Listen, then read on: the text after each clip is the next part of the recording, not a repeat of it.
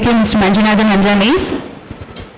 Mr. Subramaniam ஐயா அவர்களை சிறப்புரையாற்றுமாறு கேட்டுக்கொள்கின்றேன். வருகை புரிந்துள்ள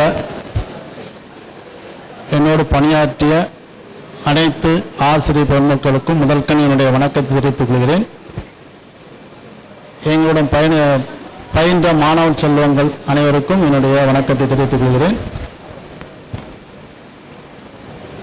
இந்த 25வது ஆண்டு இந்த ரீயூனியன் ஃபங்க்ஷன் என்பது ரெண்டு முக்கியமான பாயிண்ட். ஒன்று, நம்மை நாமே புதுப்பித்துக் கொள்வதற்காக உருவாக்கப்பட்டது தான் இது. எவ்வளோதான் நம்ம வேலை சுமைகள் இருந்தாலும் இந்த ஒரு நாள் மட்டும் நம்ம எல்லாருமே ஒன்றா யூனியனாக இருக்கும்போது, நான் எங்களுடைய பழைய ஆசிரியர் நிறைய பேர் 25 வருஷம் கழிச்சு இப்போ பார்க்குறேன். தமிழாவில் 25 வருஷம் இருக்கும் பார்த்து, ஹிஸ்ட்ரி டீச்சரை பார்த்து 25 இருக்கும், பழனிசாமி சார் இருக்குது. அப்போ எங்களுக்கு ஒரு வாய்ப்பு கிடைச்சிருக்கு. அப்போ இந்த மாதிரி ரீயூனியன் சேரும்போது நம்மை நாம் புதுப்பித்துக் கொள்கிறோம். நம்ம மைண்டை ரெஃப்ரெஷ் பண்ணிக்கிட்டு இருக்கோம். மீண்டும் பழைய நிலைக்கு போகும்போது நம்ம எங்கே இருக்கிற மாதிரி ஒரு தோற்றத்தை உருவாக்க முடியும். அதுக்காக இது கொண்டு வரப்பட்டது. இதுக்காக நிறைய எஃபோர்ட் எடுத்திருக்கீங்க. எனக்கு கார்த்திகேயன் ஃபோன் பண்ணி சொன்னாப்புல, சார் உங்களுக்கு வீட்டுக்கே நேரடியாக இன்விடேஷன் கொடுக்கறாங்க. நான் சொன்னேன், இப்போ லேட்டஸ்ட்டு மாடல் வந்துருச்சு, எல்லாம் வாட்ஸ்அப்பில் வந்துருச்சு. இப்போ நீங்கள் வாட்ஸ்அப் குரூப்பில் தான் இருக்கணும். ஏன்னா இப்போ ரீயூனியன் பண்ணாலும் அடுத்து ஒவ்வொரு முறையும் நீங்கள் வாட்ஸ்அப் குரூப் ஃபார்ம் பண்ணி உங்களுடைய ஃப்ரெண்ட்ஸுகளுக்கு என்னென்ன தேவையிலோ என்னென்ன ஒப்பீனியன் ஷேர் பண்ணணுமோ அதெல்லாம் நல்லா பண்ணிக்கலாம். இப்போ நாங்கள் 2007 நாங்கள் எம்எஸ்சி முடித்து 25 ஆண்டுகளுக்கு முதல்ல மதுரை பாண்டியன் ஹோட்டல் ஒரு ரீயூனியன் வச்சோம். அதுக்கடுத்து ஒவ்வொரு 3 ஆண்டுகளுக்கு ஒருக்க வச்சுக்கிட்டே இருந்தோம்.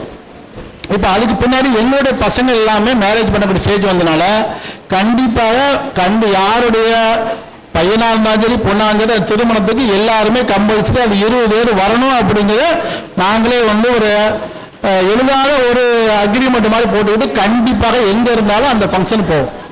அப்போ ஒவ்வொரு 2 ஆண்டுகளுக்கு ஒரே 3 ஆண்டுகளுக்கு ஒரே நாங்கள் திரும்பவும் எல்லாருமே ரீயூனியன் பண்ணும்போது அது நமக்கு ஒரு புத்துணர்ச்சியை கொடுக்கிறது, ரெஃப்ரெஷ்மெண்ட்டை கொடுக்குறது மாதிரி.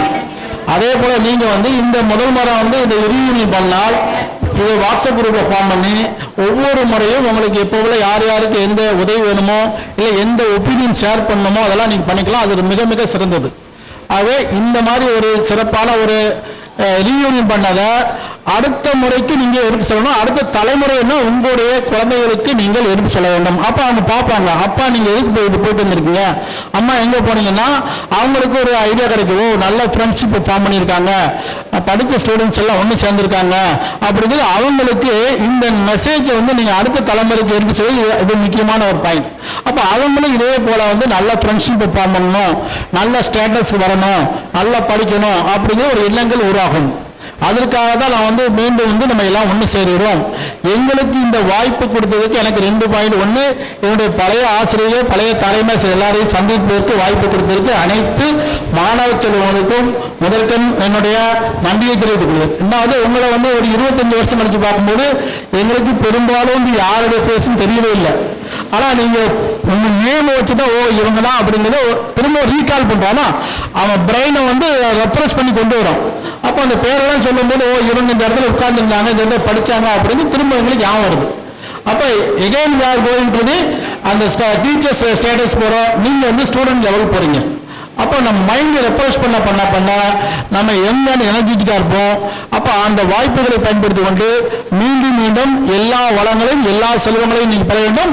உங்களுடைய அடுத்த தலைமுறைக்கு நீங்கள் இந்த மாதிரி ஃப்ரெண்ட்ஷிப்பாக இருக்கிறோம், நல்ல யூனியனாக இருக்கிறோம், நல்ல கோஆபரேட்டிவாக இருக்கிறோம் அப்படிங்கிறத அடுத்த தலைமுறைக்கு எடுத்து செல்ல வேண்டும் என்று கூறிக்கொண்டு வாய்ப்பு கொடுத்த அனைவருக்கும் நன்றி கூறி விடைபெறுகிறேன். நன்றி, வணக்கம்.